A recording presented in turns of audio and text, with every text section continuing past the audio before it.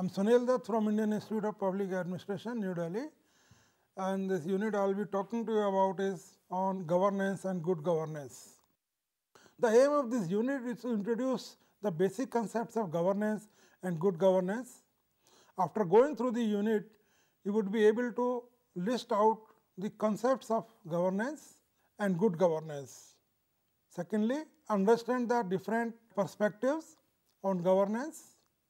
Thirdly, describe the contemporary issues and challenges related to governance. We start with introduction. The term government in Anglo-American political theory refers to the formal institutions of the state and their monopoly of legitimate coercive power. Government is characterized by its ability to make decisions and its capacity to enforce them. In particular, government is understood to refer to the formal and institutional processes which operate at the level of the nation state to maintain public order and facilitate collective action. Theoretical work on governance reflects the interests of this social science community in a shifting pattern in styles of governing. The traditional use of governance and its dictionary entry defines it as a synonym for government. Yet, in the growing work on governance, there is a redirection in its use and reimport. Rather, governance signifies a change in the meaning of government, referring to a new process of governing or a changed condition of ordered rule or the new method by which society is governed. Governance is ultimately concerned with creating the conditions for orderly rule and collective action. The outputs of governance are not therefore different from the government. It is rather a matter of a difference in processes. Now, what is the concept of governance?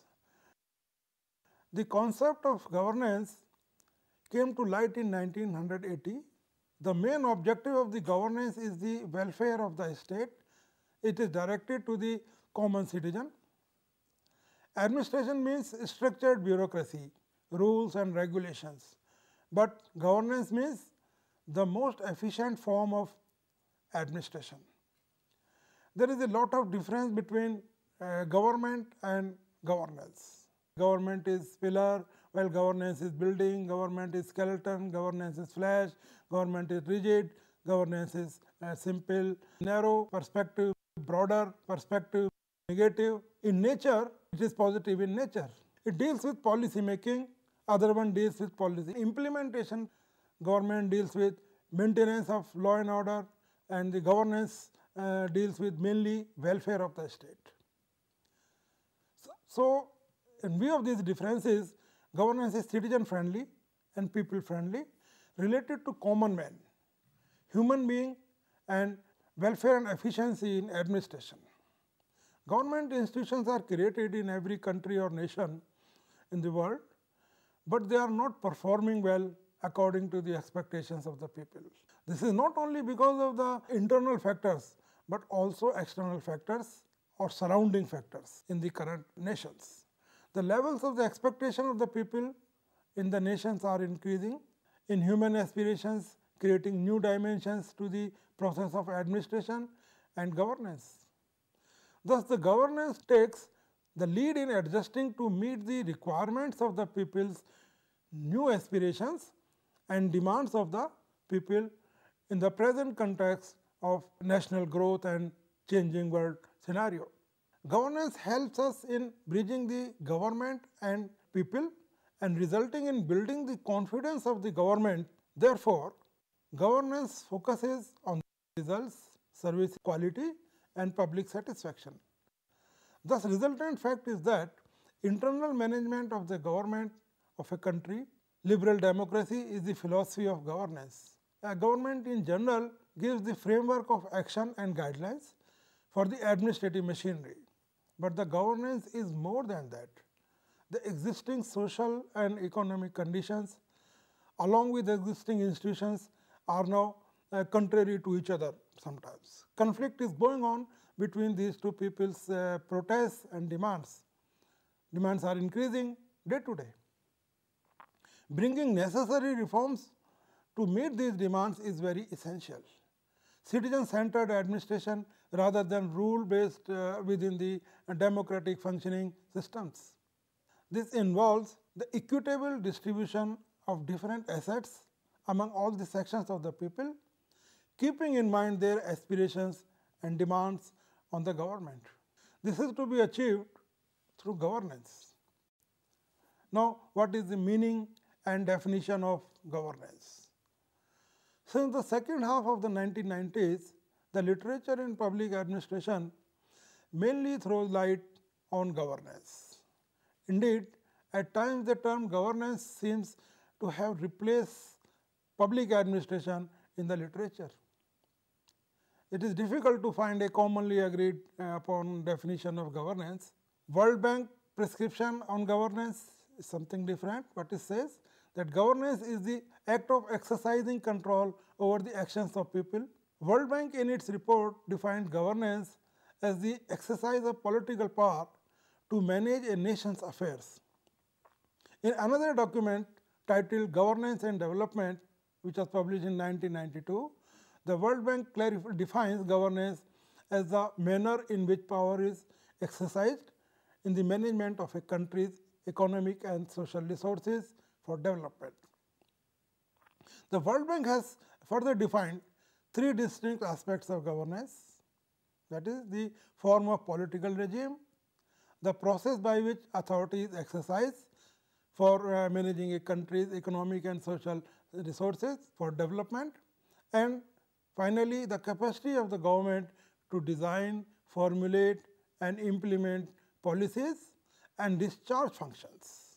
This definition of governance has been further expanded by other agencies to include the degree of democratization to prove legitimacy of the state, media freedom, transparency in administration, to promote accountability of government, individual and group rights, people's participation in administration, to establish the rule of law in respect for human rights, and finally, competence of government to formulate policies and deliver services to the public. Now, we come to UNDP's perspective on governance. The concept of governance has been found to have varying definitions. Among them, the United Nations Development Program UNDP provides a more elaborated definition which says governance is the exercise of economic, political and administrative authority to manage a country's affairs at all levels. It comprises mechanisms, processes and institutions through which citizens and groups articulate their interests, exercise their legal rights, meet their obligations and mediate their differences. This definition further indicates that governance has two major components, a country and its citizens. Governance is how a political entity, that is the state, organizes and administers its functions through exercising powers via its various agencies, and in addition, governance includes the sum of procedures, actions and entities available to citizens in order to enable them to conduct numerous operations such as communicating their concerns, exercising their rights, undertaking their responsibilities and arbitrating their disputes. Now, the Global Development Research Center GDRC in 2004 gives a further definition for governance. It says the concept of governance refers to the complex set of values, norms, processes and institutions by which society manages its development and resolves conflicts formally and informally. It involves not only the state but also the civil society at the local, regional, national and global levels. It is a wider definition. This definition shows that GDRC considers governance as how a country manages its internal affairs. In addition, it identifies the actors in governance as including the state as a political entity and the different levels of civil society. As a way of defining governance, the International Institute of Administrative Sciences (IIAS) differentiates between government and governance. It says government is an institution that consists of a set of sub-institutions, namely the constitution, legislature, executive and judiciary. To further define governance, the IIAS identifies a number of components of which the concept is comprised. Thus, the degree of legitimacy, representativeness, popular accountability and efficiency with which public affairs are conducted. This suggests that there are 4 elements by means of which governance may be assessed. The presence of mechanisms that legitimize a system of and structures, processes and actors, and the extent to which the systems, institutions and their actions are representative and accountable to the general public. Clearly, the definition of governance varies according to the institution. Each institution produces a definition of the term in question by highlighting one element or a set of elements that make up the nature of governance. Nevertheless, they have one element in common. Government is just one actor among several whose internal and external interactions with other actors such as the civil society, the private sector and the general public shape governance. Now, different views in Indian scriptures on governance. The foundation of good governance, which is required to protect and sustain the good of all, and the requisite duties and conduct of public officials have been already described in the various scriptures of Hindu religion and cultural context with this. The foundation of good governance is dharma, righteousness. The king, his ministers and state employees who have taken the oath of their offices to uphold dharma and to act in accordance with the common good must not act unjustly or unethically so as to secure their private good through selfishness. If they don't behave appropriately, they all will surely go to hell along with destroying the moral basis of governance. The Kautilya's Arthashastra says a king is expected to behave in a most righteous manner. In the happiness of his subjects lies his happiness. In their welfare, his welfare. Whatever pleases him personally, he shall not consider as good, but whatever makes his subjects happy, he shall consider good. The king should look to the bodily comforts of his servants by providing such emoluments as can infuse in them the spirit of enthusiasm to work. He should not violate the course of righteousness and wealth. Thus, the king shall not only maintain his servants, but also increase their subsistence and wages in consideration of their learning and work. From a public management perspective, governance may usefully be defined as regimes of laws, rules, judicial decisions and administrative practices that constrain, prescribe and enable the exercise of public authority on behalf of the public interests. Thus, governance refers to the governability of a polity, or in other words, the capacity of a political system to govern efficiently and to provide the necessary political conditions for socio-economic development. Governance refers to the decision-making and implementation process in the administration of a country, state or organization. At the country, state level, governance is the exercise of political, economic and administrative authority. In the management of multifarious affairs, it comprises the complex mechanisms, processes and institutions through which citizens and groups articulate their interests, mediate their differences and exercise their legal rights and obligations. Good governance is participatory, transparent and accountable. It is effective in making the best use of resources and personal and is equitable. Basically, it promotes justice and ensures the rule of law. Now, what are the contemporary issues and challenges?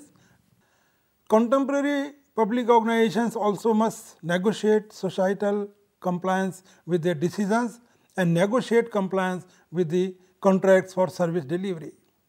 Instead of implementing public programs directly through law and other authoritative means. Governing in most industrialized democracies has become a process of bargaining and mediating rather than of applying roles. In most developing countries, which are torn with social and ethical divisions and faced with internal and external terror, it is difficult even for a competent and well-institutioned government to achieve conditions for good governance. The sheer lack of governing capacity also constrains the ability of public authorities to fulfill their responsibilities. The challenge of governance in any state is not competitive populism or fulfillment of some wish list. It is in restoring the basic values to those institutions and ensuring their sustenance through truly autonomous watchdog processes. Legislator should legislate and exercise supervision on government policies and spending instead of messing up the day-to-day administration.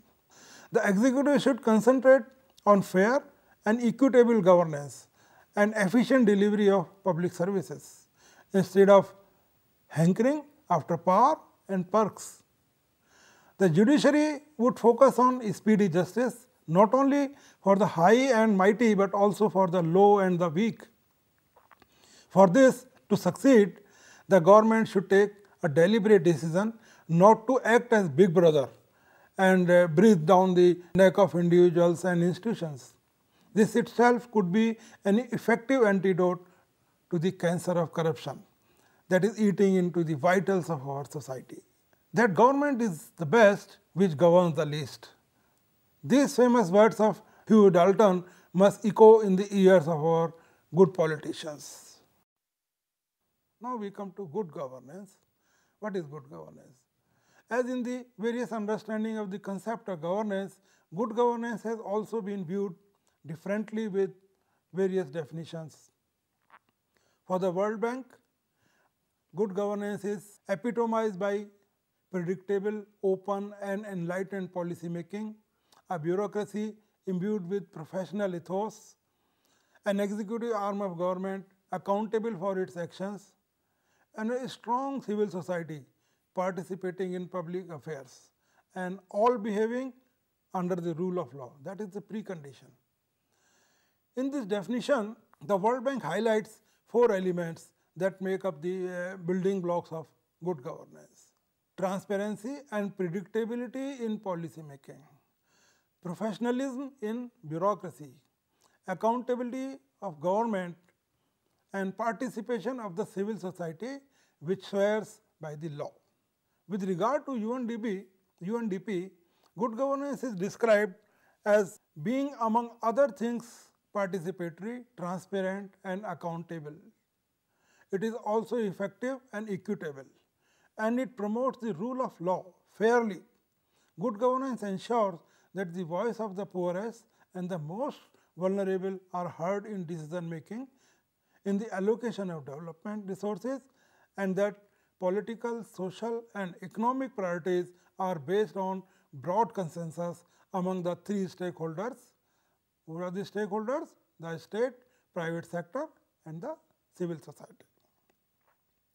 This definition identifies the attributes that comprise the concept of good governance, which are as follows, listed number wise. Number 1, adoption of a participatory approach. 2, transparency and openness. 3, accountability through assuming responsibilities for actions. 4, effectiveness. 5, equity and fairness. 6, endorsement of the rule of law. 7. Openness in decision making and concern towards vulnerable social groups. 8. Formulation of the national agenda through a consensus between state, private sector and civil society. From another perspective, the UNDP lists 9 underlying characteristics of good governance. They are participation, rule of law, transparency, responsiveness, consensus orientation, equity, effectiveness and efficiency, accountability, strategic vision. Various institutions, international organizations and authors reported different indicators of good governance, but it is generally agreed that the quality of government institutions can be evaluated by assessing the quality of governance. Now, what are the prerequisites to good governance? Well, there are many different views about what constitutes good governance. We can agree upon a minimum of core characteristics. First, political masters and the public officials are held accountable to the rule for their actions through clearly formulated and transparent process. That is the first condition. Second, there is something called the rule of law. This means that the citizens are legally protected from any arbitrary or capricious action by public authorities. The rule of law is based on the enterprise of independent judiciary. The legal order that is established on this foundation serves to regulate relations between individuals and groups within a society as well as between citizens and the state. Thirdly, public agencies are seen to be responsive to the needs of the public. In addition, it is important to ensure that development is promoted for the benefit of all citizens in an equitable manner. Now, we come to fourth condition. The requisite information is available which will permit accountability, markets to function and laws to be correctly applied. Fifthly, implementation of policies and laws is of considerable importance for achieving good governance. Without effective implementation capability, a stalemate follows of unintended effects which frustrate the government's development efforts, and without an effective public administration, no government can be effective, however benevolent it may be.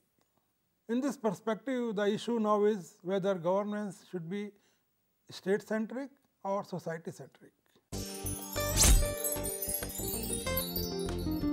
In a democracy, as distinct from an autocracy, governance should be society-centered.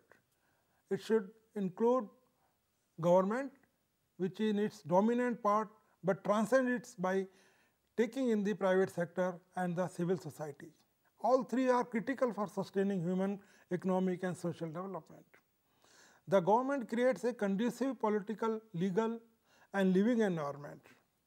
The private sector promotes enterprise and generates jobs and income. The civil society facilitates interaction by mobilizing groups to participate in economic, social and political activities.